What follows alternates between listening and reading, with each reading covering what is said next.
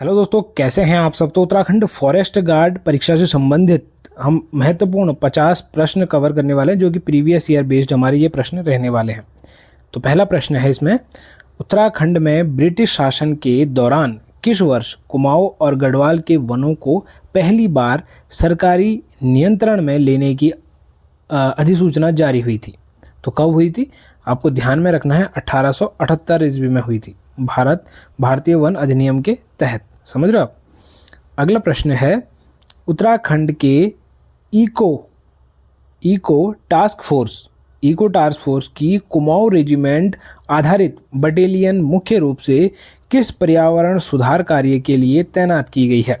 तो किस पर्यावरण सुधार कार्य के लिए तैनात की गई है, वो की गई है पिंडर और गंगा घाटी में भूस्खलन क्षेत्र का जो है कि यहाँ पे स्थिरीकरण करने के लिए। अगला प्रश्न है स्टूडेंट, उत्तराखंड के किस वनीय क्षेत्र में विश्व बैंक की सहायता से उत्तराखंड वानिकी परियोजना की शुरुआत की गई। तो वानिकी परियोजना की शुरुआत की गई कहाँ की, शिवालिक एवं मध्य हिमालय वृत्त के तहत। ऑप्शन को आपका सही जवाब हो जाएगा। अगला प्रश्न है, उत्तराखंड में वन पंचायत संघर्ष समिति के संस्थापक कौन थे, जिन्होंने 1970 के दशक के अंत में वन पंचायतों के अधिकारों की बहाली हेतु बड़ा आंदोलन चलाया था। तो वो कौन थे, डॉक्टर शमशेर सिंह बिष्ट थे। Doctor Shamsher Singh Bisht is right answer, option B.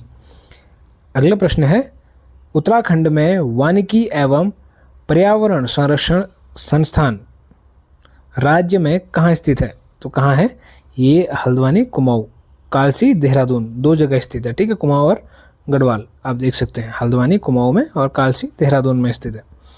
अगला प्रश्न है, उत्तराखंड में वनों के भीतर दावानल की पूर्व चेतावनी हेतु उपग्रह आधारित किस प्रणाली का उपयोग वन विभाग द्वारा किया जाता है। तो ये forest survey of India FSI alert प्रणाली का उपयोग किया जाता है। ऑप्शन को आपका बिल्कुल सही जवाब हो जाएगा, ऑप्शन ओ।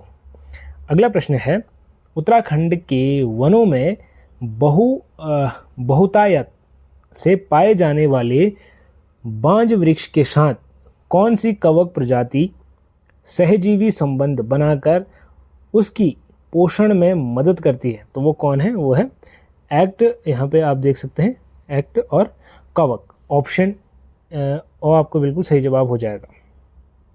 चलिए अगला प्रश्न है, उत्तराखंड में राष्ट्रीय उद्यान एवं अभ्यारण्य क्षेत्र में स्थानीय लोगों के अधिकारों को नियमित करने वाला मुख्य कानून प्रावधान किस वर्ष का है। तो ये किस वर्ष का है, तो नियमित करने वाला प्रावधान ये वन्य जीव संरक्षण अधिनियम 1972 का है। धारा 19 से 25.5 इसमें आती है ना, आपको समझ लेना चाहिए। अगला प्रश्न है, उत्तराखंड के किस जिले में बिनसर वन्य जीव विहार स्थित है, जो बांज एवं चीड़ के घने जंगलों के लिए प्रसिद्ध है। बांज एवं चीड़ के घने जंगलों के लिए प्रसिद्ध है। तो ये कहाँ है, ऑप्शन को अल्मोड़ा में स्थित है, बिनसर वन्य जीव विहार। ये स्टूडेंट, चलिए अगला प्रश्न देखते हैं। अगला प्रश्न है, उत्तराखंड में वानिकी अनुसंधान एवं अनुप्रयोग केंद्र की स्थापना कहाँ की गई है। तो कहाँ की गई है, ऑप्शन को पंतनगर उधम सिंह नगर में की गई है, पंतनगर उधम सिंह नगर में। ऑप्शन ओ आपका बिल्कुल सही जवाब हो जाएगा स्टूडेंट। ठीक है, अब ध्यान से देखिए कि हमारे जो चैनल पे अभी हमारे इसी चैनल पे यानी कि एग्जामिनर सर यूट्यूब चैनल पे उत्तराखंड फॉरेस्ट गार्ड 30 डे का क्रैक कोर्स चल रहा है। तो अगर आप भी उत्तराखंड में जो है कि जो 1000 पदों पे भर्ती आने वाली है उसकी तैयारी कर रहे हैं, तो ये क्रैक कोर्स आपकी बहुत ज़्यादा मदद कर सकता है। ठीक है, इसमें हम 30 दिनों की थ्योरी क्लास पढ़ाएंगे आपको, बेसिक से एडवांस लेवल की। संपूर्ण जो हमारा पाठ्यक्रम रहेगा, संपूर्ण जो हमारा क्या कहते हैं सिलेबस रहेगा फॉरेस्ट गार्ड का, वो सब कुछ कवर होगा इस 30 दिनों में। इसके साथ पिछले 5 वर्षों के प्रीवियस ईयर क्वेश्चन पेपर आपको सॉल्व कराएंगे। सॉल्व ऐसे नहीं कराएंगे कि आंसर बता दिए, एक एक चीज़ को समझाएंगे कहाँ से प्रश्न बना है थ्योरी क्लास कंप्लीट होने के बाद, ताकि आप इजीली चीज़ों को समझ पाओ, है ना। उसके बाद महत्वपूर्ण मॉक टेस्ट सीरीज़ हम अपने चैनल पर चलाएँगे, है ना, ताकि आप चीज़ों को समझ पाओ, खुद से आंसर कर पाओ। और उसके बाद हम जो है कि समर्पित आपको यहाँ पे डिटेल्ड जो टैक्स सपोर्ट होती है और 100% एग्जैक्ट आने वाले क्वेश्चंस आपको बताएंगे। लगभग ऐसे आपको हम previous year based mock test कराएंगे कि लगभग 25% तो मॉक टेस्ट से आपका कवर हो ही जाएगा, और बाकी जो आपने पढ़ रखा है ना 75% इस पढ़े हुए से आता ही आता है। तो एक सेफ स्कोर अगर आप अचीव करना चाहते हैं लगभग 65 से 70 के करीब, है ना, कुल मिला के सिलेक्शन पाना चाहते हैं, तो आज ही हमारा ये फॉरेस्ट गार्ड का बैच ज्वाइन कर सकते हैं। आप यूट्यूब पे जाएंगे, एग्जामिनर सर सेलेक्ट करेंगे, है ना, जैसे सर्च करेंगे एग्जामिनर सर तो वहाँ पे प्लेलिस्ट में आपको 30 डे फॉरेस्ट गार्ड का ये सेक्शन मिल जाएगा। और 8 क्लासेस बिल्कुल फ्री हैं, आप जाके देख सकते हैं। 9वीं क्लास से आपको पे करना पड़ेगा मात्र 179। तो आज ही आपको जो है कि चेक करिए, और अगर क्लास आपको अच्छी लगे तो आज ही ज्वाइन करिए। चलिए आगे देखते हैं। अगला प्रश्न है, उत्तराखंड में पारिस्थितिकीय पुनर्स्थापना के तहत खनन प्रभावित क्षेत्र जैसे दून घाटी में सबसे पहले किस पौधे को प्राथमिकता दी गई थी? तो यहाँ किस पौधे को दी गई थी? बांस और यहाँ पे अगेव यानी कि रामबाण को जो है कि प्राथमिकता दी गई थी, है ना। अगला प्रश्न है स्टूडेंट, उत्तराखंड के जंगलों में पाए जाने वाली औषधीय बेल जिसे गिलोय कहते हैं किस वनस्पति कुल फैमिली से संबंधित है? तो ये आपका मैनिस यहाँ पे परमिलिसी से संबंधित है। ऑप्शन को आपका बिल्कुल सही जवाब हो जाएगा। अगला प्रश्न है, उत्तराखंड में वन विभाग के अंतर्गत कार्यरत सस्टेनेबल फॉरेस्ट मैनेजमेंट एफ जो है कि SFM सेल का मुख्य कार्य क्या है? तो FM सेल का मुख्य कार्य क्या है? SFM सेल का मुख्य कार्य दीर्घकालीन वन संपदा का वैज्ञानिक दोहन और संरक्षण संतुलन करना। अगला प्रश्न है, उत्तराखंड में हरित आवरण बढ़ाने के लिए किस वर्ष उत्तराखंड वृक्षारोपण नीति को अधिकृत रूप से लागू किया गया था? तो किस वर्ष 2006 में लागू किया गया था। अगला प्रश्न है, उत्तराखंड के किस अभ्यारण्य को कस्तूरी मृग के संरक्षण हेतु विशेष रूप से 1972 में स्थापित किया गया था? तो किसे किया गया था? केदार वन्यजीव विहार को। ऑप्शन को आपका सही जवाब हो जाएगा। अगला प्रश्न है, उत्तराखंड के वनों में पाए जाने वाले शीशम वृक्षों के वनों का क्षय किस गंभीर कवक रोग के कारण हो रहा है? तो ये आपका विल्ट रोग के कारण हो रहा है। ऑप्शन को आपका बिल्कुल सही जवाब हो जाएगा, विल्ट रोग के कारण। चलिए अगला प्रश्न देखते हैं। अगला प्रश्न है, उत्तराखंड में वन पंचायत प्रणाली में सरपंच को स्थानीय भाषा में क्या कहा जाता है? तो सरपंच को यहाँ पे आप देख सकते हैं सरपंच या जो है कि वन सरपंच कहा जाता है, लाट भी कहा जाता है उनको, लाट साहब ना। अगला प्रश्न है, उत्तराखंड के जंगलों में उगने वाली अंकोल या यहाँ पे रिंगाल जिसे कहते हैं जैसी प्रजातियाँ किस वन प्रकार के अंतर्गत आती है? तो किस वन प्रकार के अंतर्गत आती है? तो ये उष्णकटिबंधीय पूर्णपाती वन के प्रकार में आती है। ऑप्शन को आपका सही जवाब हो जाएगा। अगला प्रश्न है, उत्तराखंड में वानिकी एवं प्राकृतिक संसाधन प्रबंधन पर शोध हेतु प्रसिद्ध गोविंद बल्लभ पंत हिमालय पर्यावरण संरक्षण कहाँ स्थित है? तो ये कहाँ स्थित है? ये आपका कोशी कटारमल अल्मोड़ा में है, कोशी कटारमल अल्मोड़ा में। अगला प्रश्न है, उत्तराखंड वन विभाग द्वारा संचालित यहाँ पे ट्रैवलर प्रोजेक्ट मुख्य रूप से किसके संबंध में है? तो किससे संबंधित है ये? तो ये लघु वन जो है कि उत्पादों के मूल्य संवर्धन और आजीविका से ये जो है कि संबंधित है, संवर्ध है। ठीक है स्टूडेंट। चलिए अगला प्रश्न है, उत्तराखंड में जैव विविधता अधिनियम 2002 के क्रियान्वयन के लिए राज्य स्तर पर सर्वोच्च निर्णायक निकाय कौन सा है? तो कौन सा है? ये है उत्तराखंड राज्य जैव विविधता बोर्ड। ऑप्शन और आपका बिल्कुल सही जवाब हो जाएगा। अगला प्रश्न है, उत्तराखंड के वनों में पाए जाने वाले बाघों की गणना में मुख्य रूप से किस आधुनिक तकनीक का प्रयोग किया जाता है? तो किसका प्रयोग किया जाता है? तो इसमें स्ट्रॉम्स सॉफ्टवेयर और कैमरा ट्रॉम का प्रयोग किया जाता है। ऑप्शन ओ आपका बिल्कुल सही जवाब हो जाएगा। अगला प्रश्न है, उत्तराखंड में पर्यावरण और वन संरक्षण के क्षेत्र में दिए जाने वाला यहाँ पे मेदिनी पुरस्कार किस संस्था या विभाग द्वारा प्रदान किया जाता है? तो ये किस संस्था या विभाग द्वारा प्रदान किया जाता है? तो केंद्रीय एवं राज्य पर्यावरण मंत्रालय द्वारा ये प्रदान किया जाता है। ऑप्शन ओ आपका बिल्कुल सही जवाब हो जाएगा। अगला प्रश्न है, उत्तराखंड के किस जिले में देश का पहला मॉस गार्डन यानी कि कोई उद्यान विकसित किया गया है? तो ये किया गया नैनीताल में, ठीक है, खुरपतकाल के पास। अगला प्रश्न है स्टूडेंट, उत्तराखंड के वनों में उगने वाली हरड़ और यहाँ पे बेहड़ा, जिसे हम बेहड़ा भी कहते हैं, बहड़ा, तो किस पारंपरिक आयुर्वेदिक औषधि निर्माण का मुख्य घटक है ये? तो ये त्रिफला चूर्ण का मुख्य घटक है। किसका? त्रिफला चूर्ण का।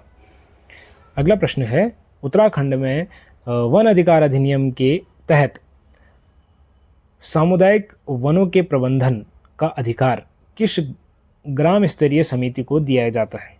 तो किसे दिया जाता है? ये ग्राम वन अधिकार समिति को दिया जाता है। ऑप्शन ओ आपका बिल्कुल सही जवाब हो जाएगा। अगला प्रश्न है, उत्तराखंड में वानिकी और काष्ठ विज्ञान संग्रहालय कहाँ स्थित है? तो कहाँ स्थित है? ये वन अनुसंधान संस्थान FRI में स्थित है, देहरादून में।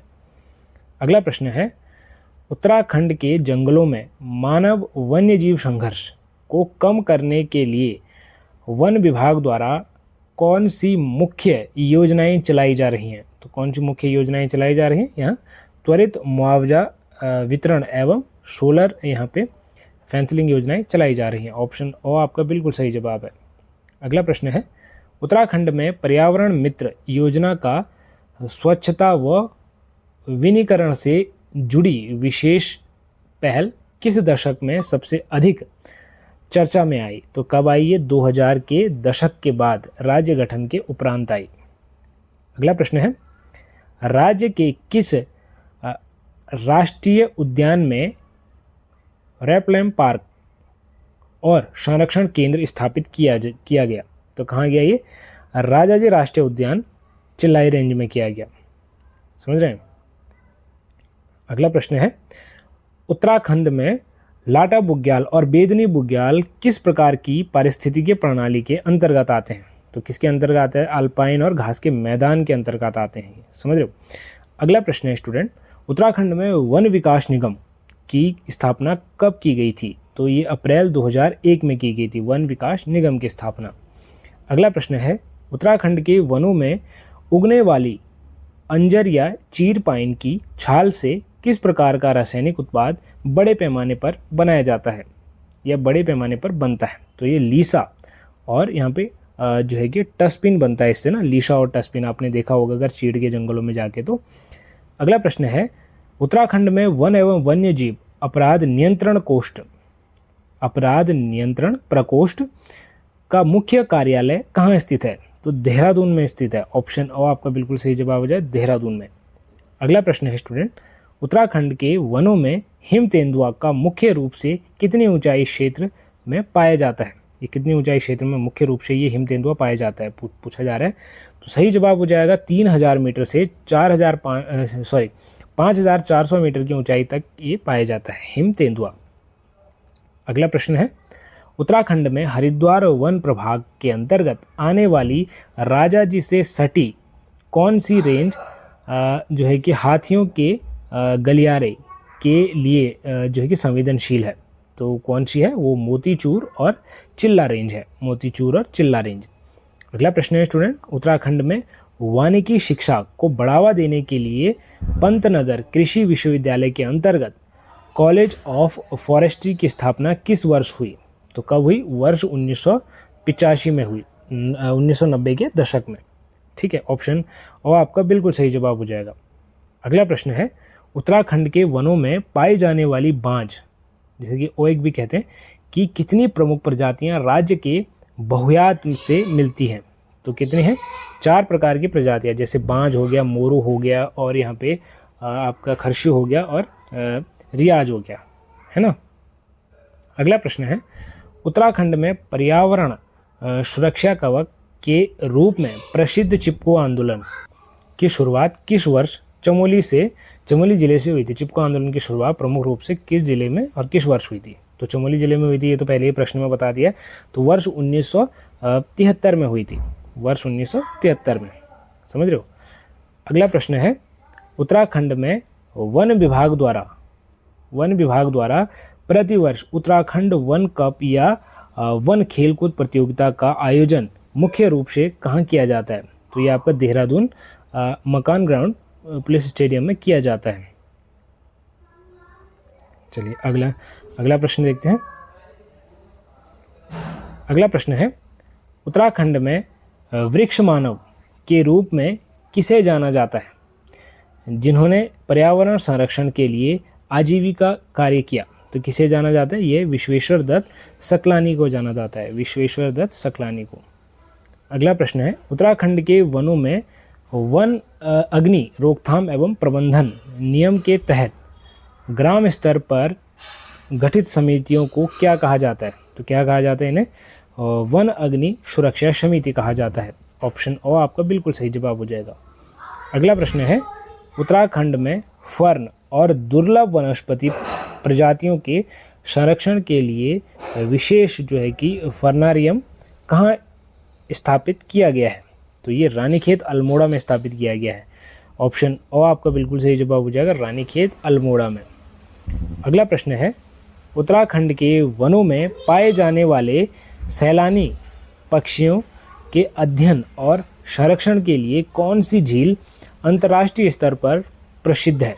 तो कौन सी है, ये आसन बैराज है। ऑप्शन ओ आपका बिल्कुल सही जवाब हो जाएगा, आसन बैराज। चलिए अगला प्रश्न देखते हैं। अगला प्रश्न है, उत्तराखंड में राज्य जैव विविधता रणनीति और कार्य योजना किस वर्ष तैयार की गई थी। तो ये वर्ष 2008 से 2009 में तैयार की गई थी। अगला प्रश्न है, उत्तराखंड के वनों में पाए जाने वाले देवदार के वनों या सबसे बेहतरीन प्राकृतिक घनत्व किस जिले में देखा गया है। तो किस जिले में देखा गया, उत्तरकाशी और चक्राता देहरादून क्षेत्र में। ऑप्शन ओ आपका बिल्कुल सही जवाब है, ऑप्शन ओ। ठीक है स्टूडेंट, चलिए अगला प्रश्न देखते हैं। अगला प्रश्न है, उत्तराखंड में पर्यावरण शिक्षा केंद्र का क्षेत्रीय कार्यालय कहाँ स्थित है। तो कहाँ स्थित है, और देहरादून में स्थित है। ऑप्शन ओ आपका बिल्कुल सही जवाब है।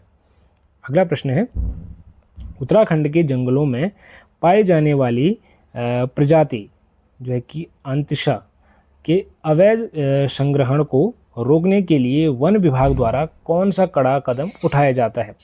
तो भारतीय वन्यजीव संरक्षण अधिनियम के तहत जो है कि जब्ती और चालान किया जाता है ना। अगला प्रश्न है, उत्तराखंड में वानिकी प्रशिक्षण विद्यालय चैवतिया रानीखेत के जो है कि स्थापना किस ब्रिटिश काल में हुई थी। तो इसकी स्थापना वर्ष 1927 ईस्वी में हुई थी, वर्ष 1927 ईस्वी में। अगला प्रश्न है, उत्तराखंड के इको क्लब कार्यक्रम के अंतर्गत राज्य के विद्यालयों में पर्यावरण जागरूकता का जिम्मा किसे सौंपा गया है। तो ये उत्तराखंड पर्यावरण संरक्षण एवं प्रदूषण नियंत्रण बोर्ड को सौंपा गया है। और इसी के साथ ही हमारे 50 प्रश्न कंप्लीट हो चुके हैं। तो क्लास आपको कैसी लगी कमेंट में आवश्यक रूप से बताइएगा, और किसी प्रकार का कोई डाउट अगर आपके मन में है तो बेझिझक कमेंट बॉक्स में पूछ सकते हैं। ठीक है स्टूडेंट, और फॉरेस्ट गार्ड की अगर तैयारी कर रहे हैं तो हमारा 30 डेज़ का क्रैक कोर्स आवश्यक रूप से ज्वाइन करिए, मात्र 179 की मिनिमम फीस पे। तो मिलते हैं स्टूडेंट अगली वीडियो में, तब तक के लिए बाय बाय, टेक केयर।